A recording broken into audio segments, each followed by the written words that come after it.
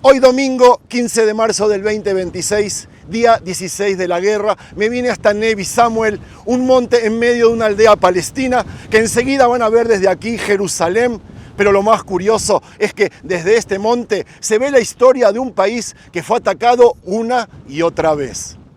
El Estado sionista de Israel nació en el año 1948 y ese mismo día fue atacado por 5 potencias, 5 países, 5 ejércitos que intentaron correrlo hacia el occidente, hacia el mar Mediterráneo, tirarlo, ahogarlo en esas aguas, borrarlo del mapa.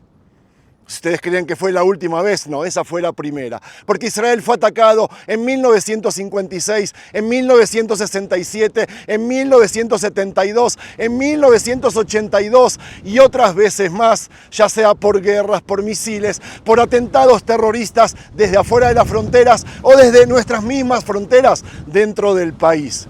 Y hoy estamos viendo otro capítulo de esta guerra, mientras Irán nos lanza misiles y drones desde 1.600 kilómetros, o el Hezbollah desde el Líbano tirando raquetas y cohetes, involucrando en una guerra a toda la región. Y la pregunta es, ¿cuántas veces en la historia nos atacaron? ¿Cuántas veces intentaron destruirnos? ¿Y por qué nunca lo lograron? Eso lo voy a contar mientras recorremos este lugar desde este monte que vio todas esas guerras, toda esa historia.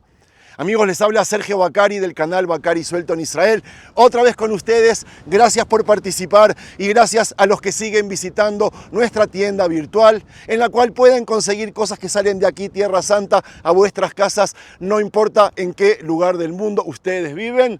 Empezó a llover, pero a mí nada me va a detener. Tengo un compromiso con ustedes y yo los voy a hacer recorrer, mostrarles realidades de mi país, de mi tierra, pase lo que pase. La situación está cada vez más fácil para nosotros, casi no hay sirenas de guerra, por lo menos en la zona en la que yo vivo, así que me permito salir a pasear y mostrarles estas realidades. Respecto a la tienda, pueden visitarla aquí arriba en este link o en el primer enlace de la descripción de este y todos los videos del canal. Unas gracias especiales a todos los miembros del canal que nos están apoyando económicamente, lo hacen de forma anónima. Mi corazón para ustedes, mil gracias. Cómo aportar a este proyecto, también en la descripción de este y todos los videos. Empecemos. A ver, comencemos. Y ahí, amigos, viven primos musulmanes, una aldea llamada Ain al-Safir, que intentaré visitar, y eso que ven allá ahora es Ramallah, la capital de la autoridad palestina, en los montes de Samaria. Y como sabemos, amigos, en estos mismos días Israel está en guerra otra vez. Esta vez la historia tiene un detalle importante que muchos prefieren no decir con claridad. Lo voy a decir. Esta guerra la comenzamos nosotros. Israel decidió atacar primero porque el programa nuclear iraní avanzaba cada vez más rápido y porque durante años Irán habló abiertamente de destruir a Israel mientras financiaba ejércitos alrededor de nuestras fronteras.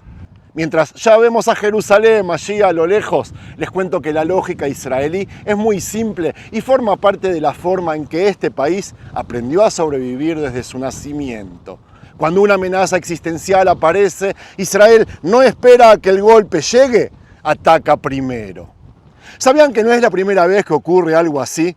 En 1981 Israel envió aviones a miles de kilómetros de distancia y destruyó el reactor nuclear que Saddam Hussein estaba construyendo en Irak. En ese momento el mundo criticó duramente a Israel. Pero años después, muchos reconocieron que ese ataque evitó que uno de los dictadores más peligrosos de Medio Oriente tuviera armas nucleares. En el 2007, otra vez, ocurrió algo parecido en Siria. Aviones israelíes destruyeron un reactor nuclear secreto que el régimen de Bashar al-Assad construía con ayuda de Corea del Norte. Durante años, ese ataque ni siquiera fue reconocido oficialmente. Hoy la historia vuelve a repetirse con Irán.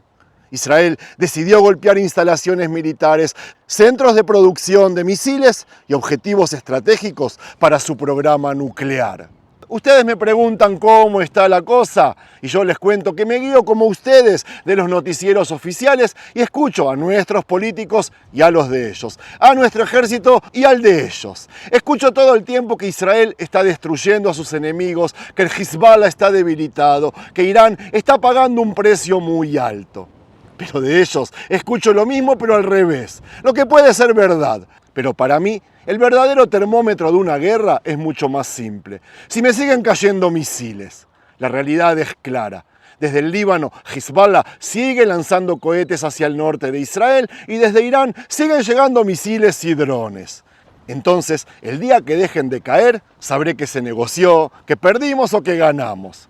Por el momento no le creo a nadie, más que a mi propio termómetro, que me dice que cada vez hay menos alarmas de guerra, cada vez estoy entrando menos al refugio y que esta semana los chicos vuelven al colegio. Para mí es una gran señal. ¿Y saben qué? Me acabo de dar cuenta que estoy vistiendo una camiseta que tiene una estrella de David enorme en el pecho y la palabra Israel escrita en grande en la espalda. Sé perfectamente que en esta región eso no va a pasar desapercibido. Esto es más peligroso que cualquier misil. No, fuera de broma. Yo a los palestinos no les tengo miedo. El 99% de ellos es buena gente que solo quiere vivir tranquila. Les aseguro que no me van a hacer nada. Quizás incluso me saluden cuando entremos en la aldea. Por el momento les cuento que este monte vio la historia de este país desde hace décadas y esa historia tiene una constante, que Israel vive en guerra desde el mismísimo día que nació. Para entender por qué Israel piensa como piensa hoy, hay que volver al primer día de su existencia. 14 de mayo de 1948, David Ben Gurión proclama la independencia del Estado sionista de Israel en Tel Aviv. ¡Uy! Dije sionista, dije sionista. Horas después comenzó una guerra. Egipto avanzó desde el sur, Jordania desde el este, Siria desde el norte, Irak envió tropas y el Líbano también entró en combate. 5 ejércitos atacaron al mismo tiempo a un país que tenía apenas unas horas de vida. Israel tenía muy pocos soldados, casi no tenía armas pesadas y muchos de los combatientes eran jóvenes que apenas habían terminado la Segunda Guerra Mundial en Europa o sobrevivido al Holocausto. A pesar de eso, el nuevo país logró organizar un ejército y resistir, y sin Estados Unidos.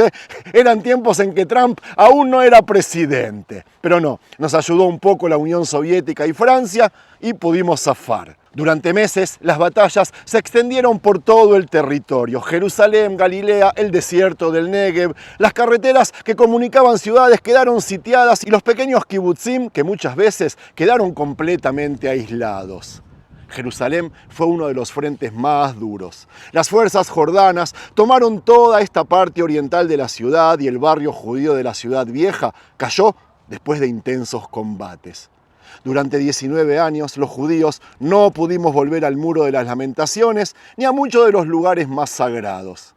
La guerra terminó en 1949 con acuerdos de armisticio firmados con los países árabes. Israel sobrevivió y logró consolidar su independencia, algo que en ese momento parecía casi imposible. Eso sí, eso que vemos no era nuestro. Jerusalén, nuestro corazón, estaba en manos de otros. El precio que se pagó en esa guerra fue enorme.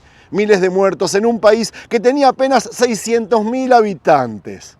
Esa primera guerra dejó una enseñanza que marcaría profundamente la mentalidad del país. Israel entendió que su existencia nunca sería aceptada en esta región y que cada generación tendría que estar preparada para defenderla a muerte. Esa idea comenzó en 1948 y todavía sigue vigente hoy. Cada guerra que vino después, cada operación militar y cada decisión estratégica se construyeron sobre esa experiencia inicial. Un país pequeño que entendió desde el primer día que su supervivencia dependía de su capacidad para luchar. Después de la guerra de la independencia, la región no entró en calma. Las fronteras quedaron tensas y durante los años siguientes comenzaron infiltraciones armadas, ataques contra civiles y enfrentamientos constantes en las líneas de armisticio. Les cuento que Egipto tomó el control de la franja de Gaza y desde allí comenzaron ataques de fedayines contra comunidades israelíes del sur. Al mismo tiempo, el presidente egipcio Gamal Abdel Nasser cerró el estrecho de Tirán, bloqueando el acceso israelí al Mar Rojo. Miren la patente de ese vehículo, amigos. Es blanca porque estamos en territorios palestinos, como les dije, y esos vehículos no pueden entrar en Israel. ¿Por qué? Bueno, eso es para otro video. La cuestión que no hay un solo palestino dentro de Israel. 1956. Israel decidió lanzar una ofensiva en la península del Sinaí. El ejército israelí avanzó rápidamente y derrotó a las fuerzas egipcias en pocos días. Fue una demostración clara de que Israel estaba dispuesto a actuar con fuerza cuando sus rutas estratégicas o de su seguridad quedaban amenazadas. La presión internacional obligó a Israel a retirarse del Sinaí, pero el mensaje quedó claro en toda la región. Una década después, la tensión volvió a crecer de manera explosiva. Egipto volvió a cerrar el estrecho de Tirán, movilizó fuerzas militares en el Sinaí y exigió la retirada de las fuerzas internacionales que separaban a los ejércitos. Siria y Jordania también movilizaron tropas. Las radios de varios países árabes hablaban abiertamente de destruir otra vez a Israel. Junio 1967, Israel toma una decisión que cambiaría completamente la historia del país.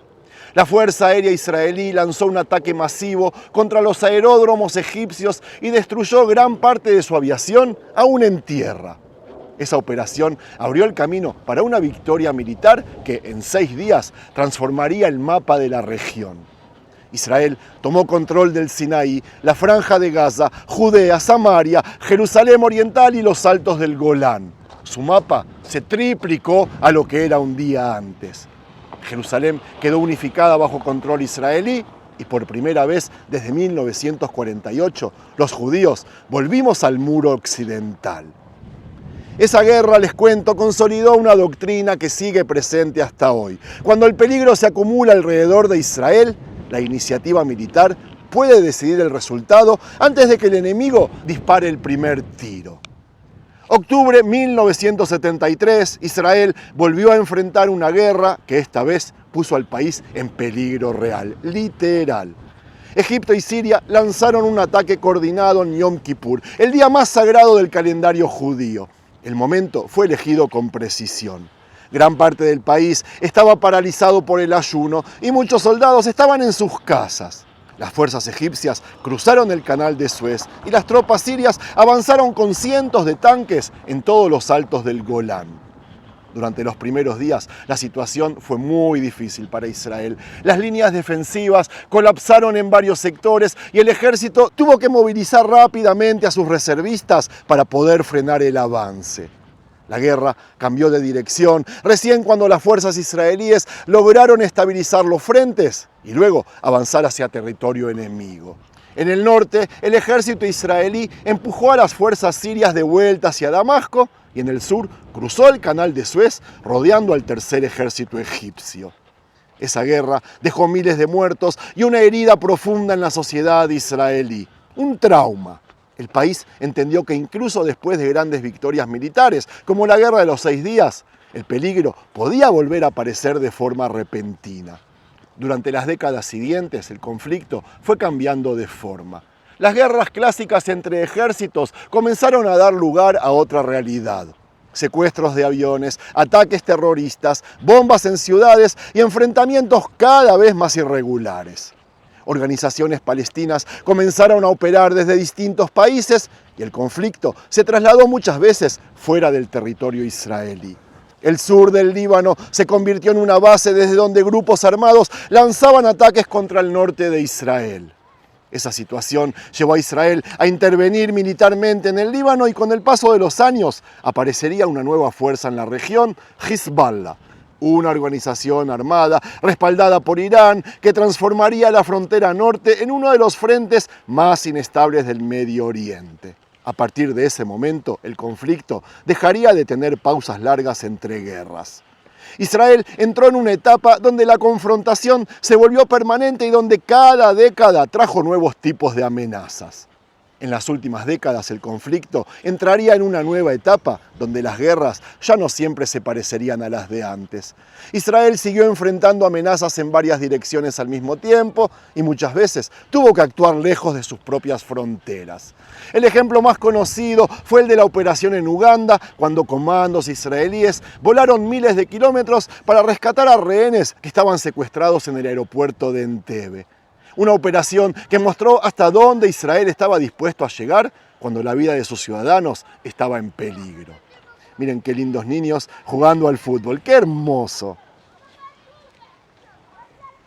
Durante los años siguientes, el Frente Norte siguió siendo una fuente constante de tensión. Hezbollah se convirtió en un actor central en el Líbano y en el 2006 estallaría una guerra abierta después del secuestro de soldados israelíes allí en la frontera norte.